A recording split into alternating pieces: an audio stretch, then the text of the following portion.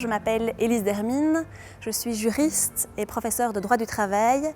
Je travaille au Centre de droit public à la faculté de droit et de criminologie. Mettre mes compétences et mon temps au service de la société, la crise sanitaire, elle crée de nouvelles inégalités au travail. On se rend bien compte qu'un employé qui télétravaille de chez lui, il est moins exposé au risque de contamination au Covid-19 qu'un ouvrier qui travaille dans un abattoir, où ils sont plusieurs collègues à travailler autour d'une même carcasse, où il y a un environnement qui est très lourd et où il est dur de porter son masque au travail.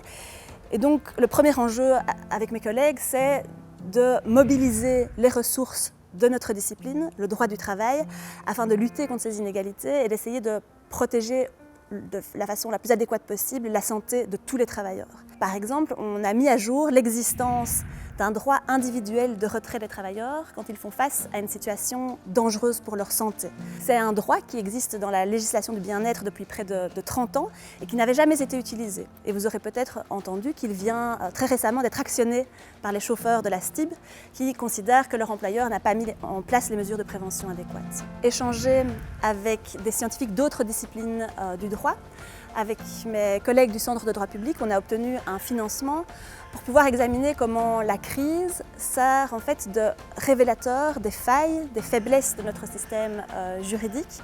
Et on va pouvoir du coup réfléchir à partir de la crise à des propositions pour rendre notre système juridique plus résilient. La crise sanitaire actuelle, elle pose toute une série de questions inédites aux différentes disciplines qui sont enseignées à l'université.